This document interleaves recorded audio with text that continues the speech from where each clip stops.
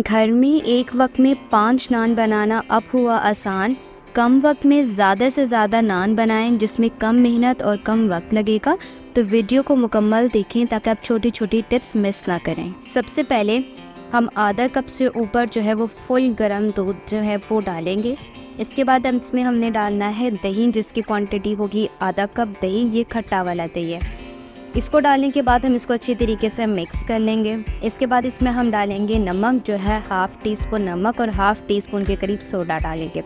दोनों चीज़ें डालने के बाद आपने जैसे ही इसको मिक्स करेंगे तो ये फ़ौरन जो है ना थोड़ा सा फूलना शुरू हो जाएगा। ठीक है, अब जैसे ये थोड़ा सा अच्छे तरीके से फूलना शुरू हो जाएगा तो इसके अंदर हम डालेंगे मैदा, जिसकी क्वांटिटी होगी 2 कप। ठीक है, जिसको मैंने एक दफ़ा छान लिया था। और अब इसके अंदर हम मैदा डालने के बाद हम इसको अच्छे तरीके से गूंद लेंगे। ठीक है, जिस तरह से नॉर्मल आप आटा गूंदते हो उसी तरीके से आपने इसको गूंद देना और साइड बाय साइड थोड़ा थोड़ा तेल भी डाल देना है। ठीक है, और इसके बाद डो बनने के बाद इसको ढककर रख देना है। दूसरी तरफ आपने क्या करना है कि एक बड़ा सा जो है रुमाल के अंदर एक छोटा रुमाल रखकर आपने कुछ इस तरीके से गद्दी बना लेनी। ठीक है, उसको इस तरह से बांध के रख लेना है। अब ये गद्दी तो हो गई हमारे पास तैयार। जो हमारे पास पेड़े हैं, मैंने इनके 8 टोटल पेड़े जो थे वो मैंने बना लिए थे। ठीक है, उसको रख देंगे साइड पे। फिर टेबल पे कलौंजी और धनिया डालेंगे और इसके बाद हम लोग क्या करेंगे कि इसके ऊपर पेड़ा रख देंगे। जैसे ही हम पेड़ा इसके ऊपर रख देंगे तो एक दफ़ा इसको हम अच्छे तरीके से लगा लेंगे ताकि दोनों चीज़ें लग जाए। फिर आपने क्या करना है, इसको अच्छे तरीके से प्रेस कर लेना है। और जब आपके पास ये प्रेस हो जाएगा तो थोड़ा सा जो खुश्का होता है ना, खुश्क आटा होता है, वो आपने इसके ऊपर जो लगा लेना है। ठीक है जी, अब आपने क्या करना है, जैसे आप इसके ऊपर अच्छे तरीके से लगा लेंगे तो आपने इसके बाद बारी आती है बेलने की। तो हम सबसे पहले इसको बेलना शुरू कर लेंगे। ठीक है, बेलना आपने है बस ज़्यादा आपने रोटी की तरह बड़ा नहीं करना, बस थोड़ा सा आपने इसको जो है वो मोटा रहने देना है। ठीक है, अब ये तो हो गया, इसके साथ चिपक जाएगा। इसी तरीके से आपने जो अगली जो नान होगा ना उसको भी आपने इसी तरीके से बना लेना। बस साइड बाय साइड कोशिश ये कीजिएगा कि बहुत पतला ना हो, क्योंकि मैंने थोड़ी देर के लिए छोड़ दिया था क्योंकि इसमें सोडा डाला है तो खुद ब खुद थोड़ा सा फूलना शुरू हो जाएगा। दूसरा नान देख सकते हैं जिसमें कलौंजी धनिया ये मैंने इसके ऊपर लगाया, अच्छे तरीके से प्रेस किया। इसके बाद मैंने इसके ऊपर जो है थोड़ा सा खुश्का लगा लेना है ताकि जो है ये इसको बेलने में थोड़ी सी आसानी हो जाए। अब खुश्का लगा लिया है इसके ऊपर। अब आप ये देख सकते हो कि मैंने खुश्का लगाया और फिर मैंने दोबारा बेलना शुरू कर दिया। इसी तरीके से जब मैं 8 के 8 जो है इनको जब अच्छे तरीके से बेल लूँगी ना तो इसके बाद थोड़ी देर के लिए इसको मैं छोड़ दूँगी ताकि अगर इसमें थोड़ा सा मज़ीद ख़मीर होना है तो वो हो जाए, ताकि हमारे आगे जाके नान जो है वो अच्छे तरीके से एक तो सॉफ्ट भी बने और थोड़ा सा फूला फूला भी बने। तो ये देखिए जी, इसके बाद हमने इस गद्दी के ऊपर ये नान रखना है। ठीक है, और ये जो दूसरी तरफ है ना जिस पे आपने कलौंजी नहीं लगाई थी इसके ऊपर लगा देना है पानी। ठीक है, अब पानी लगाने के बाद ये मैंने पतीला ढककर गर्म कर दिया था हल्की सी आंच पे। ठीक है, बहुत तेज़ आंच नहीं करनी क्योंकि हम बेकिंग नहीं करें। जैसे ही पतीला आपके पास गर्म हो जाएगा तो जैसे आप इनिशियल हो, बिगनर हो, तो सबसे पहले आपने चूल्हा बंद करना है। ठीक है, ताकि आपका हाथ ना जले। और अगर आप ट्रेन हैं तो फिर आराम से जो है ना इस पतीले के अंदर जो है ना एक प्रॉपर डिस्टेंस के साथ जो है वो आपने इन नानों को लगाना शुरू कर देना जिस तरीके से आपको नज़र आ रहा है। ठीक है, ना हाथ जलेगा आपका, ना ही आपको किसी चीज़ की दुश्वारी हो जाएगी। फिर आपने इस पतीले को क्या करना है, सीधा रखना है और इसको दम वाली आंच पे सिर्फ 3 मिनट के लिए छोड़ देना है ताकि एक तो इसकी बेस पक जाए, ऊपर से भी ये पकना शुरू हो जाए। अब आपने क्या करना है, इसके ढक्कन को उठाना है। आप ये देख सकते हो कि काफ़ी हद तक ये नान जो है वो फूल चुके हुए हैं। अब बारी आती है इसको ऊपर से पकाने के लिए। मैंने इसको जो है वो इस तरीके से उल्टा करके रख दी। ठीक है, साइड से मैंने इसको जो है ना वो अटकाए रखा और इसके बाद जैसे ही आप उठा कर देखेंगे तो हल्का हल्का सा जो है वो पका हुआ होना शुरू हो जाएगा। इसके बाद साइड बाय साइड आपने ना थोड़ा थोड़ा देख लेना है कि जो नान पका बनी तो उन साइड्स को थोड़ा आगे पीछे करके ना अच्छे तरीके से जो है वो पकाना शुरू कर देना जिस तरीके से आपको नज़र आ रहा है। ये देख सकते हो कि सारा अच्छे की तरह से जो है ये पक चुका हुआ है। अब इसी के साथ ही आपने क्या कर देना है कि ये देखिए रेडी हो चुका है। और सम टाइम अगर कुछ नान ऐसे हैं जो नहीं पके हुए नज़र आए तो जब आप इसको उतारोगे ना तो आराम से उसको थोड़ा सा सेक लीजिएगा चूल्हे पे, बग़ैर किसी चूल्हे किसी हेल्प के। देखिए फाइनली परफेक्ट नान जो है वो रेडी हो चुका हुआ है। अब बहुत ध्यान से जो है इसको उतारने की बारी आ जाती है तो हमने बहुत ध्यान से जो है इसको उतारना जो है वो शुरू कर देना है। जिस तरीके से आपको ये नज़र आ रहा है ना, मैं बहुत ध्यान से इसको उतारूँगी। और चूँकि मैंने चूल्हा बंद कर दिया था ना और बहुत इमरजेंसी में नहीं उतारा तो जो है हाथ जलने का सवाल ही नहीं पैदा होता। तो तो ये आराम से उतर गए। अब मैं आपको बताती हूँ कि तवे पे कैसे बनाते हैं। तवा जो है नॉन स्टिक ही लें या दूसरा लें, पानी लगाएं निचली साइड पे और एक दफ़ा इसको लो आंच पे पकने दें। जैसे निचली बेस पक जाएगी ना, इसके बाद आपने क्या करना है कि इसको पलटना है, ठीक है।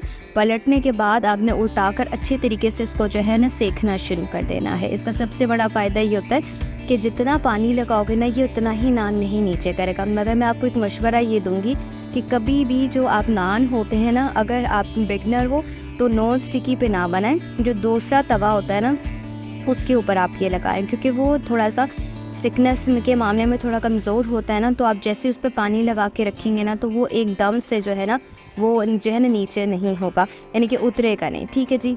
अब आपने क्या करना है, उल्टा करके इसको अच्छे से घुमा लीजिएगा और इसको तब तक घुमाते चले जाइएगा तब तक ऊपर तक ये जो है ब्राउन ना होना शुरू हो जाए। तब आप ये देख सकते हैं कि एक साइड जो है वो नीचे से हमने पका ली थी, दूसरे साइड को हमने उल्टा करके जो है वो पकाना शुरू कर दिया हुआ था। मुझे लगता है कि तवे से ज़्यादा जो है वो पतीले वाला का जो काम है वो ज़्यादा इसलिए बेहतर है क्योंकि हम एक वक्त में 5 नान बना सकते हैं, और यहाँ पर हम एक वक्त में एक नान पे ज़्यादा वक्त लगाते हैं। और अगर शदीद गर्मी का मौसम हो तो फिर इसके मामले में थोड़ा हमें अवॉइड करना चाहिए। तो पतीले वाले में जो 5 नान लगाते हैं वो बेहतर है। फिर इसके बाद बटर या तेल जो है हल्का सा कर देंगे। और फाइनली जी हमारे पास घर के होममेड नान जो हैं वो रेडी हो चुके हैं। आप दाल के साथ खाएं, जो गोश्त के साथ खाएं, और ये देख सकते हैं कितना सॉफ्ट है, क्रिस्पी भी नहीं है, फुली सॉफ्ट जो है ये रेडी हो चुके हैं नान। उम्मीद है कि वीडियो पसंद आई होगी। नेक्स्ट वीडियो के लिए अल्लाह हाफ़िज़।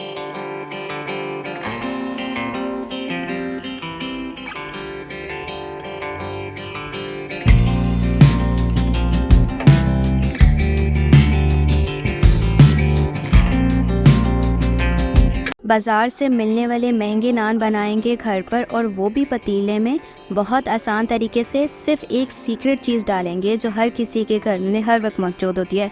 तो वीडियो को आखिर तक देखें ताकि कुछ स्टेप रह ना जाए। सबसे पहले एक बाउल में हम तकरीबन 4 टेबल स्पून दही के डालेंगे। 1 टेबल स्पून भरकर घी यानी कोई देसी घी वो डाल देंगे।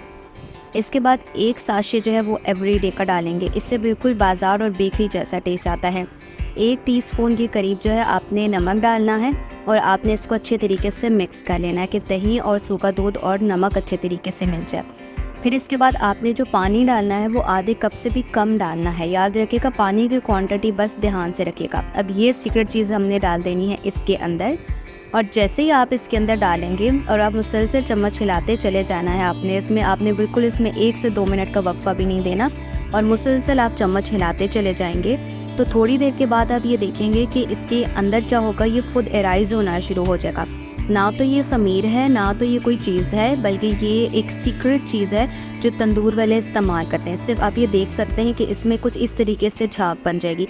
यही झाग बनना जो है इस चीज़ की अलामत है कि आपके जो नान है एक तो फूले फूले और बहुत ज़्यादा सॉफ्ट बनेंगे, ठीक है जी। इसके बाद आपने क्या करना है, इसमें डालना है मैदा। आप इसकी जगह जो है वो आटे का इस्तेमाल भी कर सकते हैं। तो 2 कप भरकर आटा डालना है और आटा गूंद देना है। तो इसी के साथ आटा गूंदने के बाद हम तैयारी करते हैं आगे काम की।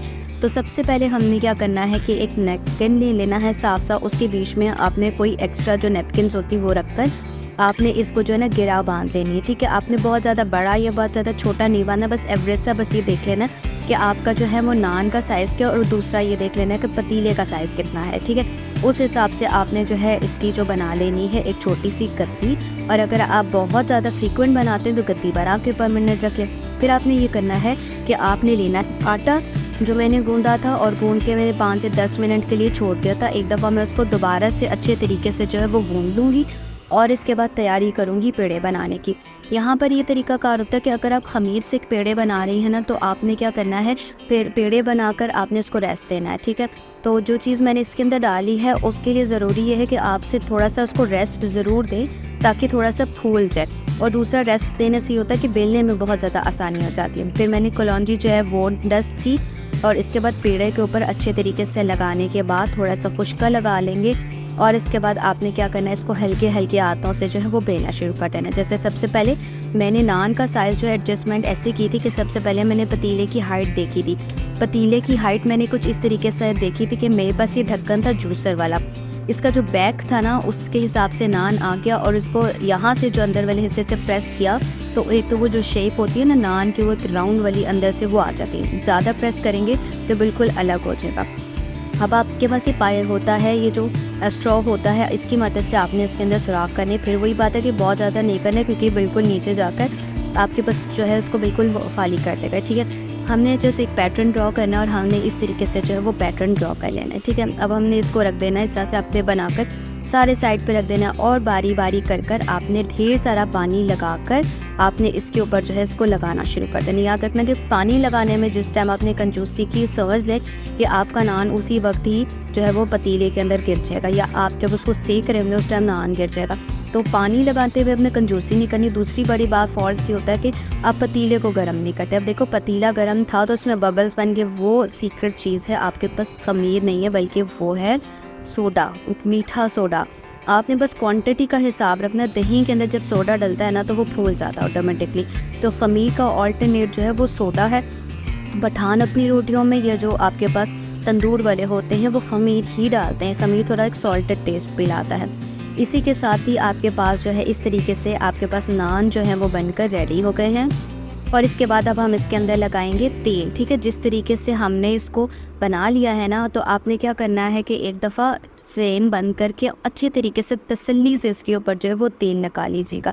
ठीक है, जैसे आप पेंट करते हैं ना, बिल्कुल इसी तरीके से आपने इसको अच्छी तरीके से आगे पीछे लगाकर और तरीके से उतारेंगे।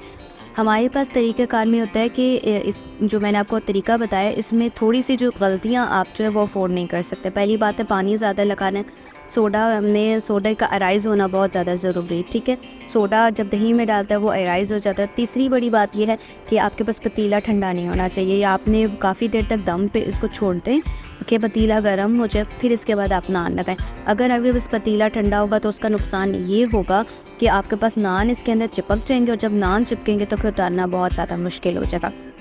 तो इसी के साथ ही आपके पास नान के ऊपर जो है अच्छे तरीके से ऑयलिंग हो चुकी हुई है, और बहुत ध्यान से और प्यार से आप नान निकालिएगा। फूले फूले गुब्बारे जैसे समोसा नान बनाएं अब कुकर में, जो रुई से भी ज़्यादा सॉफ्ट और मुंह में घुल जाने वाले हैं। तो वीडियो को आखिर तक देखें ताकि छोटी छोटी आप टिप्स मिस ना करें। सबसे पहले हम 1 कप मैदा और 1 कप गंदम का आटा डालेंगे।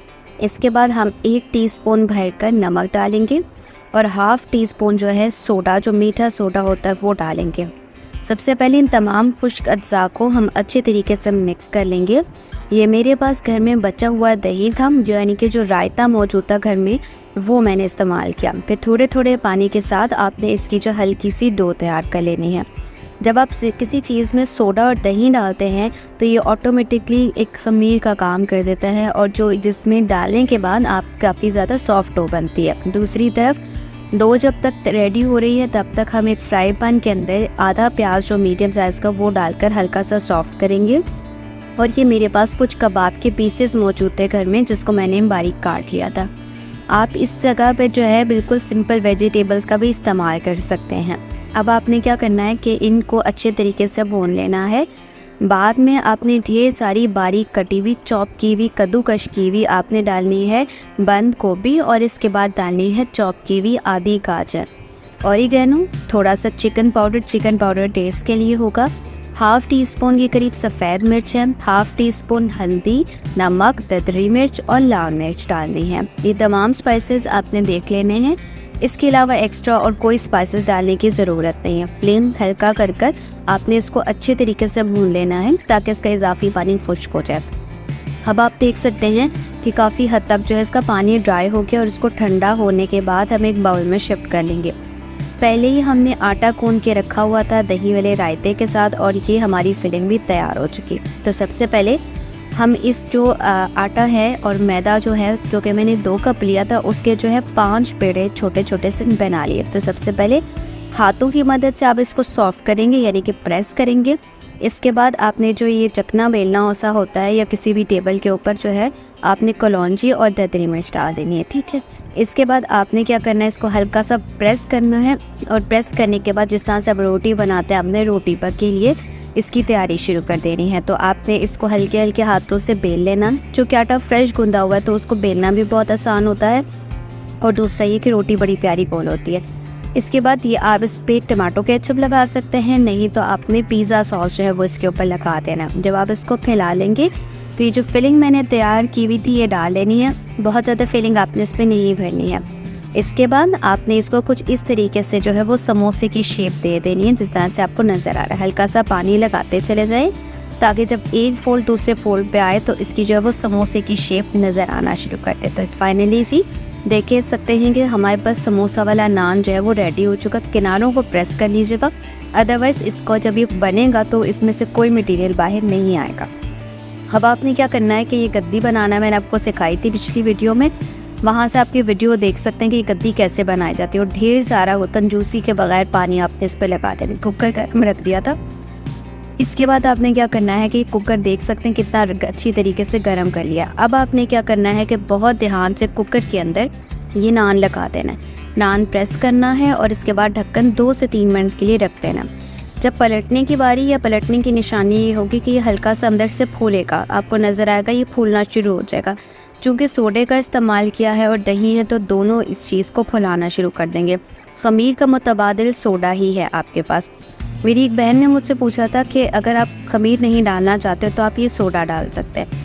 दूसरा तरीक़ाकार आपने क्या करना है कि तवा ले लेना है, नॉन स्टिकी तवा नहीं होना चाहिए। और इसके बाद आपने गद्दी के ऊपर सेम इसी तरीके से ये दोनों नान लगाकर आपने 2 से 3 मिनट के लिए छोड़ना है। जैसे आप छोड़ेंगे तो हल्के से इसमें बबल्स बनेंगे और बाद में आपने इसके ऊपर ढक्कन रख देना। आप ये देख सकते हैं इसके पीछे मैंने जो है एक और नान बनाना शुरू किया हुआ था। ठीक है, मैंने पहले ही इस पतीले में काफ़ी नान बनाना शुरू कर दिए थे।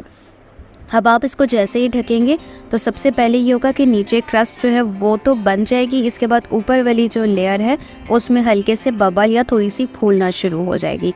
तो अब आपने क्या करना है कि जैसे ही आपको फील होता है या ऊपर से आप देख सकते हैं कि हल्के से बबल्स बनना शुरू हो गया और फूलना शुरू हो गया है, तो आपने क्या करना है इसका ढक्कन उतार लेना है। ठीक है, जैसे मैंने आपको बताया कि आपके पास अगर ख़मीर नहीं है तो सोडा और दही इसका ऑल्टरनेट होगा।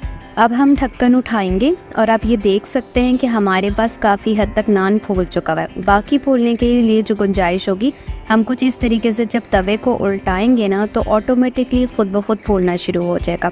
मज़े की हल्की सी कलौंजी जो जलेगी इसमें मज़ेदार खुशबू देगी। और फाइनली जी हमारे पास जो है वो नान वाला जो समोसा है वो रेडी हो चुका हुआ है। और उतारना तो नहायत ही आसान है, हल्का सा आप प्रेस करेंगे तो फूले फूले जो है समोसा नान जो है वो रेडी होते हुए नज़र आ जाएंगे।